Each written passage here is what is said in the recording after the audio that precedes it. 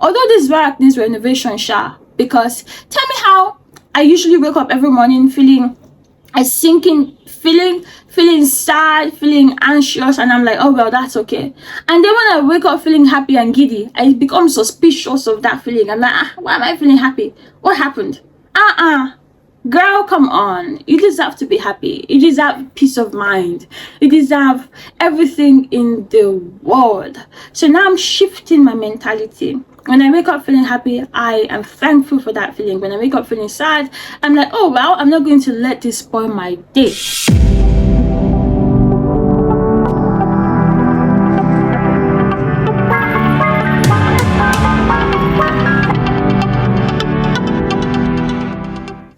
Hey everyone, welcome back to the Life of Epiphany.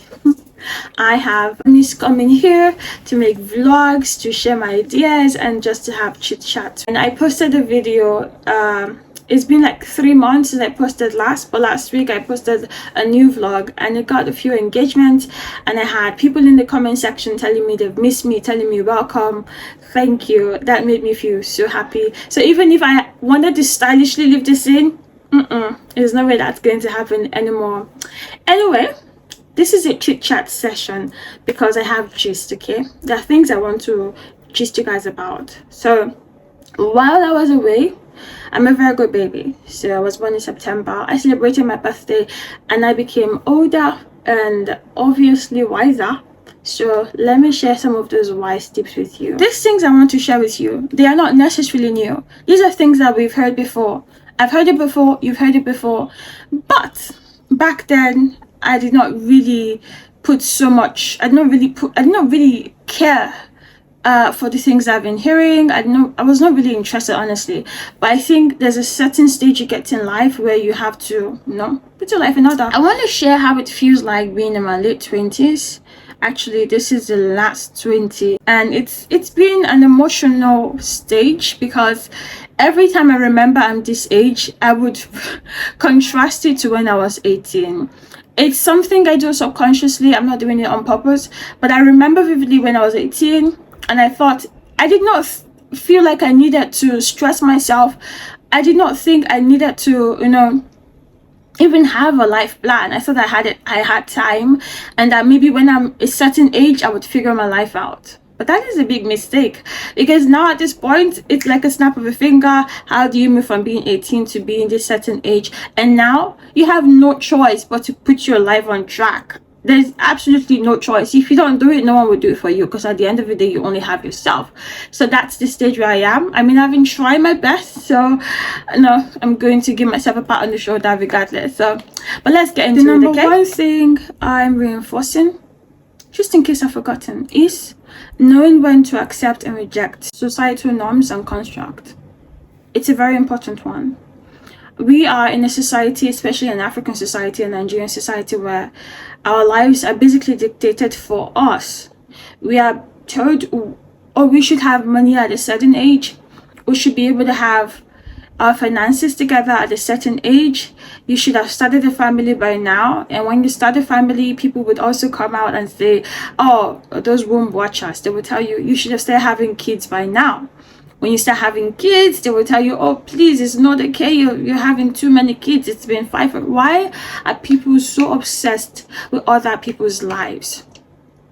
It's crazy. But that is how the society has been built. It's been programmed to watch over other people. It doesn't mind its business. I think when you get to a certain level, for me, it's actually related to my age at this point, because if I was accepting some things when I was younger, I don't think I should still be accepting those things at my current age. Okay, so knowing when to accept and reject societal standards and norms. So I'm going to give a little example just so you can understand what I'm trying to talk about. I know people, I'm not going to say too much, that were pressured into marriage. And for these people, I would regard them as young. They were still like in their mid-20s. They still had a lot to do, because I think marriage is something that should be everlasting. It's a binding union. So before you go into marriage, there are certain things you have to discuss. You have to have had these conversations. If your partner is not willing to have a difficult conversation with you, then I don't think they're ready for marriage, because it's not rosy. We all know it's not rosy. We've all grown up in environments. We've seen our parents, even though they're in love most of the times, there are times when they have disagreements, and it's okay. Disagreements, controversies are necessary in every relationship, in every friendship, in every partnership. So before you get married, you should get to that part where you are confidently and comfortably able to have these difficult conversations without losing your mind or without getting angry. I think it's very necessary, okay? I've known some of these people that were into these marriages, and I can tell you that unfortunately they did not work out, because it's a different ballgame when you are dating someone, you're not living with the person. I would always say this: no matter how you claim you know someone, no matter how you claim to know someone, oh, this is my best friend, we are very good friends, or this is my boyfriend, this is my girlfriend, and we are great, we love each other. I don't think you can truly know somebody until you live with that person. Even if it's maybe 2, 3, 1 month, that is when you would truly know the character of this person, because we are all different to different people. I might be regarded as good to one person and regarded as bad to another person. It's natural. That's the way that's nature. So if you want to truly know someone, honestly, my strongest belief is you have to live with that person. This is also the reason why I'm of a strong opinion that if you are courting with the intention of getting married, you should maybe live with your partner for maybe like a week or two. You can refrain from sex. A relationship is not it doesn't need to be governed by sex, right? So you can choose to refrain from sex, choose to refrain from the things that will cause you to have sex if that is what you don't want to do. But I feel you need to live with that person to see how the person is, understand their hygiene, and everyone has a boundary, just to know how far you're willing to cross, or how far you're willing to let someone cross. Or you could even set standards. Okay, yeah, this is the thing I don't like. I don't think I want to make a compromise on this. So please, let's know. Having this communication is very important. And the sad thing is, a lot of us go into relationships, myself especially, I love communication a lot. I love having conversations, even if it's difficult. I like to be able to know where I stand. But sometimes we are unfortunate when we get partners that are not able to, open up themselves to us, or be willing to listen to the things we have to say without getting offended, without feeling cornered. Conversations should be had, difficult or otherwise. If you are in a family and I'm the first child of my family, I'm also the adult of my family, which means I'm the first daughter. And because I'm also approaching a certain age, everyone is expectant. Now, whenever my mom, it's usually the mothers. I just don't really have time. Whenever my mom calls me and she's like, oh, I don't want to call my even now. Oh, when are you getting married? I'm like, well, when God wants me to get married. So please chill. I do not let what they say in, because honestly, at the end of the day, this is our society, right? Women don't ask men for marriage. Men ask women for marriage. So if you are putting the stress and the pressure on the women, you're basically pushing her into the hands of anyone available. And it's sad. And when they go into the marriages, sometimes they are too ashamed to complain to people about what they are going through. It doesn't have to be physical. Your husband does not need to cheat. Your wife does not need to cheat before you're having before the relationship goes sour. There are other things that could contribute into having a bad relationship or a bad marriage or a bad partnership with someone. And one of the major things could be finances, and it could be communication. This is also the reason why when a man says, oh, I don't want to get married now until I get a certain amount of money, I don't blame them. I don't blame them. Marriage is costly. Having a family is costly. When kids come in, it's even costlier. So if you choose to want to have a certain degree of finances before you approach the union of marriage, I don't think that's a bad thing. There is no timeline for marriage. So do you. Okay, do you. A lot of Nigerian women are from families where how do I say this now without triggering some people? I don't think that we as a society now, this is the 21st century, I don't think our parents are of the right position to give us marital advice. I'm sorry. I don't think so. I believe our parents can give us advice. It's necessary because they are older and wiser. So they could give you an advice, but you could then choose, you could filter the advice and choose what you apply into your life and what you think would not work. Every marriage, every relationship and partnership is unique and different. So what works for one person does not necessarily work for another. So even when your parents are giving advice, most of the advice I see on social media, let me not even straight far, most of the advice that a typical Nigerian parent will give to you is to always stick it up. Pray about it. Women, I'm sure you're seeing the social media, right? Women are done with these things. They want to be respected.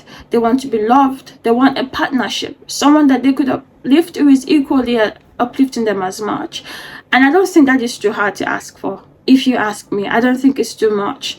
So yeah, choosing to know, or understanding when to accept and reject some of the societal norms and standards and the people that would perpetuate them. So if your parents are the one, your sister, your family are the ones that are making you feel out of place, pressuring you, there is no timeline for success, there is no timeline for progress. So if the society is ushering you into doing something you don't necessarily want to do, I think you should be able to cut it off. If it's something you used to accept when you were younger, it's something you should definitely shrug off at a certain age. This also translates into so many of our youths right now. They're not left behind, especially the men. You see on social media, people are encouraging some behaviors that we all know are bad. When something is bad, let us say it's bad. Call it spade, Abby. But people are expecting so much from young men. Most of these men they just finished the secondary education and they're being ushered into a new life where they had a lot of time. Luckily for men, they have a lot of time because they don't have any biological clock, so they have a lot of time to plan their lives. They have a lot of time to think about what they want to do with their lives without having anyone bother them. But just as women are being asked to, when are you getting married, they're being pressured into marriage, men are also being pressured into making it big in the society. And then this leads them into doing things that they possibly did not think they would ever do. I think we know what I'm talking about. I'm talking about internet scam and whatnot. It's been normalized in society already. There's nothing I can do about it, but I feel a lot of people were pressured into doing that by their families, by their friends, by their loved ones. At the end of the day, we are all old enough. As long as you're over 18, you are old enough to make your decisions. If you allow other people to influence your decision, it doesn't change the fact that you would face the consequence alone. So if you do anything that will put you in a position where you might have to go away to prison forever, you would be the only one doing the life sentence or doing whatever sentence you're given. So at the end of the day, despite the fact that a lot of us could be influenced into doing something that we never wanted to do, you would only dance to your tune. I don't know if that makes sense, but at the end of the day, we face the consequence alone. So for whatever we do, we have to be careful about the pressure that comes into it. The people we allow to pressure us into doing those things. If you choose to do, maybe you choose to get married, that's your choice, of course, no problem. If you choose to do anything, it could be anything, let it come from you. And before you do anything, be aware of the consequence of doing that thing. So when it happens, you don't get confused and be like, nothing like, you've done it, now enjoy it. Whatever it turns out to be, just try enjoy it. Another thing that I've come to acknowledge, and I'm also going to be sharing, is to be stubborn. Know when to be stubborn, and that is the beauty of being older and wiser, because I'm stubborn myself, but I know when to apply this stubbornness. It's not every time you be doing no, just know when to apply it, but be stubborn. I like to give examples so that people do not misinterpret what I'm saying. So I'm going to give an example. Many of you lastborn should just go to church and give thanksgiving and testimonies for the things that your firstborns have done in your life. Yes, go to church and thank God. Because you guys don't know the hustle, you don't know the struggle, you don't know the act we had to put up with, and you don't know the things that we had to fight so you can come into your world and live a better life. Yes, I said it. If not, you possibly would not even be wearing trousers. In many African society, typical Christian African home, women are not allowed to wear trousers. I mean, that's the rule that most of us grew up with. It did not apply to me anyway, but I know a lot of people that it happened to. But then they grew up, because the elder sister is usually the sisters, because these rules usually apply to women alone. I don't know why, but the elder sister would rebel against it. They start putting on trousers, they will collect all of the beatings, all of the insults, everything. But at the end of the day, it becomes normalized, because for peace to reign, sometimes we have to step down. And even our parents, they do that. They know when to do it. That's the beauty of wisdom. So they will step down and allow the change to happen, because it's better for you to see your child acting a certain way or looking a certain way than for them to leave the confines of your home and your protection and to go outside and be doing the things that you don't allow them to do. It's like, it's double standard. It's living two lives. So I think it's better for families to incorporate, so accept some things at home, especially things that are as harmless as, you know, your dressing. Although there are some religious beliefs that do not accept this. So if that's the case, I'm not referring to that situation. I'm just talking about the typical Christian Nigerian household that has some rules that are not caused by doctrines from churches. Do you get me? That's what I'm talking about. Let me also add, just in case some of you want to misconstrue my words, which it's okay, but being stubborn does not translate to being rude. Okay, I could say I don't like something, I don't think I want to be associated with this thing, and I would show it so many times. Whenever it comes up, I'm like, no, I don't even, personally, I don't like being influenced. I cannot be influenced. I mean, I try my best to not be influenced. So whenever something comes, I just shake it off. I don't even want to hear. I know you have something to say, but sorry, I'm not interested. I don't want you to have any chance or any opportunity to come and influence me in any way. So me being stubborn is, I do the same thing. If I hear something and you can talk from now to tomorrow. You can talk from now to tomorrow. It doesn't change the fact that at the end of it, I will do what I want to do. That's what stubborn is. I'm not going to be rude. I don't think you have to be rude to anyone just to prove a point. You can just say, oh no, this is how I choose to want to do something, and I'm going to stand by it. That's all. Don't go and be rude. They beat you. Now you sabi yo. So number 3 is consistency. This should have actually been number 1. It's just I wanted to, give you guys like sweeter stories at the starting. But this is the most important thing on my list for me. Being consistent about yourself. Being consistent about your boundaries. Consistent about your standards. Consistent about the love that you give and the love that you choose to receive. And consistency should also, be in many other aspects as well. For example, if people are not consistent with you, you should cut them off. Because lack of consistency in friendships, relationships, and partnerships would break you down. I used to think, I'm really consistent now. It's me, it's myself, right? So I don't need to do anything special. I don't need to do anything different. And then because I had this, because I had this opinion about what consistency and self-love or being intentional about my own self is, I was expecting that when I go into friendships or when I go into situations, the person that I'm in the situation with should be the one consistent towards me. But you would not even be able to identify what you don't have if you get it. So how do you know you're being loved if you've never loved yourself? How can you identify someone who is intentional if you have never been intentional about yourself? Do you even know what consistency is if you've never been consistent about loving yourself, caring for yourself, and giving yourself a pat on the back? So now I'm able to understand that before I can even desire something from someone, I have to first of all apply that to myself, love myself.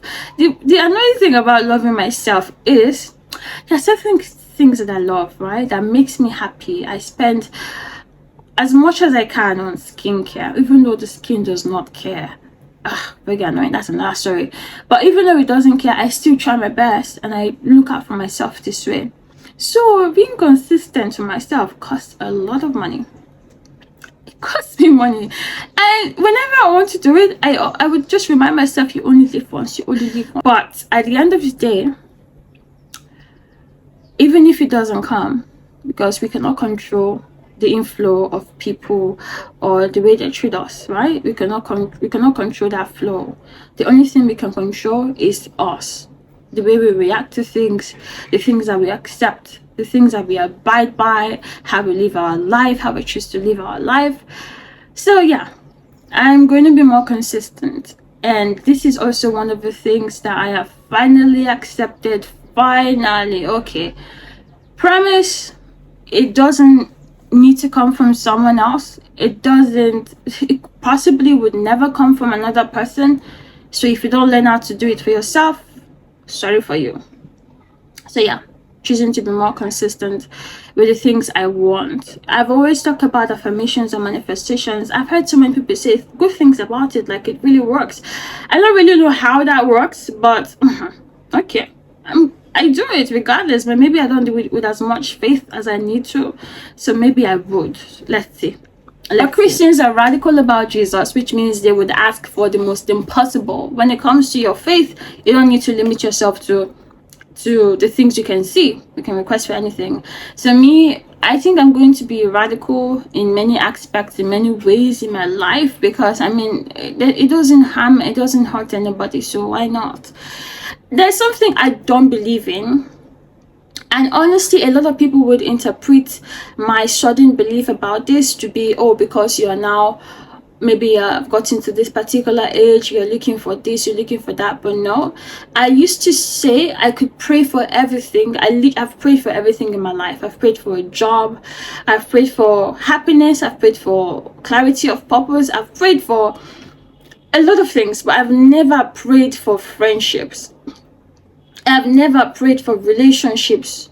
I felt like those things don't need prayers, because I used to think, this is a very weird belief, but I used to believe that if I'm praying for someone to like me, it's like I'm taking away their freedom of choice. Because if that prayer works, does it mean they really like me, or does it mean they have been cajoled into liking me? So this is crazy, I know, this is what I used to think, but I just suddenly realized that if I could pray for better health, if I could pray for safety, for protection, if I could pray for a job that could necessarily be given to someone else, but I'm praying that it's given to me, why then can I not pray about one of the most important things, which is the people that I have relationships or friendships with, the people that are going to be a strong part of my life? So now I pray for friendships. Whenever I meet people, I pray, this is a solid friendship. It doesn't take away from me, it instead adds to me. I don't take away from them, I instead add to them. This is someone I'm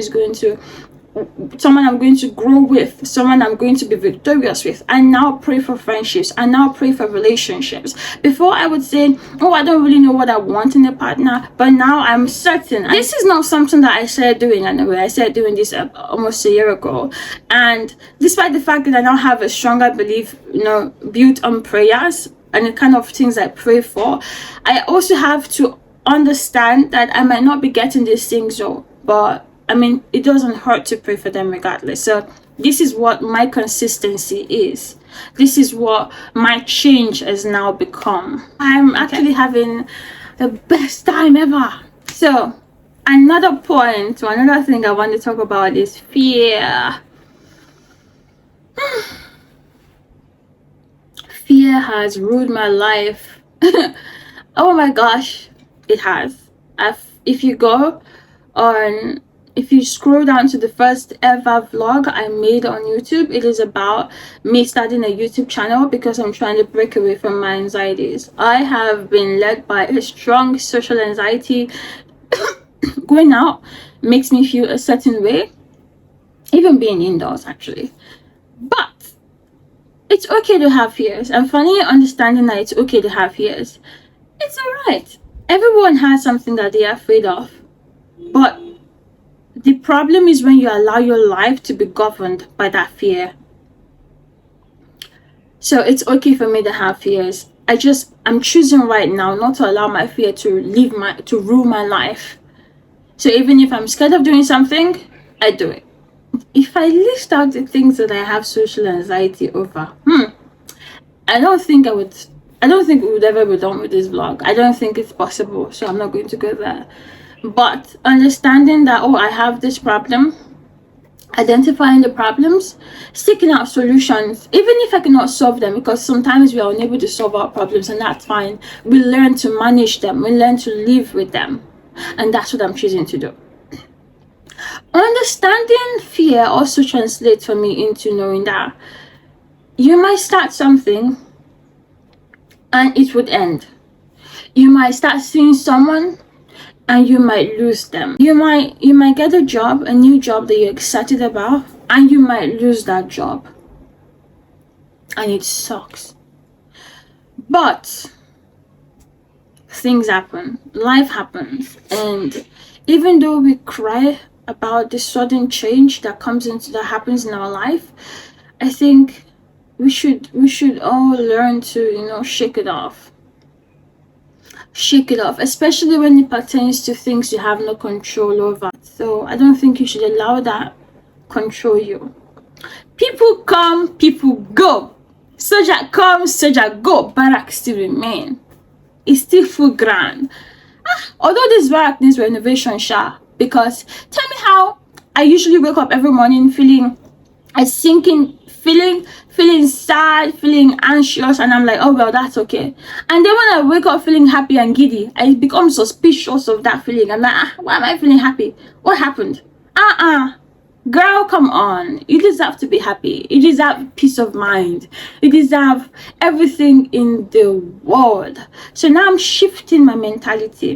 When I wake up feeling happy, I am thankful for that feeling. When I wake up feeling sad, I'm like, oh well, I'm not going to let this spoil my day. That's the important thing. Owning up to your fears. You see how I'm giving you guys wisdom, Abby? This is the sort of wisdom that even if you are sitting or standing on top of an Iroko tree, you would not see. Almost forgot. My friends will always be saying things like, promise. Because I sometimes I complain, I won't lie. And the reason why I complain is I don't think I should be suffering when, no, I could not be suffering. Excuse me. So if there is a solution to the problem, if there is, because most times there is none, but if I know that there is a solution to the problem I'm at, I would seek that solution. If it means complaining, I will complain. I would tell you, I'm not comfortable with this situation, I think we should fix it. So I've complained to my friends, and then the only solution they keep giving me is, promise, go out now. Go out and have fun now. Man is not going to fall from heavens. You have to go out. I'm like, you guys should take it easy, please. It's not easy to just wake up, dress up, and go out. But I'm learning. I promise. I'm changing. Okay, I'm changing. I just need to put that out there. I'm changing. Before I go, I saw a poem that when I saw this poem on my friend's WhatsApp, I was immediately consumed. It was so powerful. It's not a poem per se, it's a prayer. It's a little prayer, and it says, dear God, I get attached easily and I hold on to things tightly, so please don't let my mind want things I can't handle. Don't let my mind trick me into wanting things I don't need or things that are not good for me. Please don't let my heart miss people who don't miss me. Don't let my heart long for the ones who left. Don't let my heart fall in love with someone who doesn't want to stay. I know your plan is unknown, and until you reveal it to me, please make it easier. Be cool, God. Don't let me hold on to what I need to let go of. Don't let me fight for what I need to release. Do not let me desire what will eventually destroy me. Do not let me love those who will break me mentally. Bang! This is... When I saw this, I was like, what? This is a strong prayer. Remember how I said there are things I don't pray for? I am now learning that I should be able to pray for everything in my life. I will dictate how it goes. So yes, this is a beautiful prayer and I love it. I absolutely love it. And I've just left you with this last wisdom. So be thankful. So don't mind me. I'm just in my feels. I'm happy. I'm really happy to be making a vlog after so long. Oof, I'm really happy. Just just happy, and this is the one way that I know how to, you know, show off that happiness. So I hope you enjoyed every single gist, every single point, and if you do, please let me know in the comment section. Engage in my comment section. Also, don't forget to like and don't forget to subscribe as well. Thank you and have a great weekend.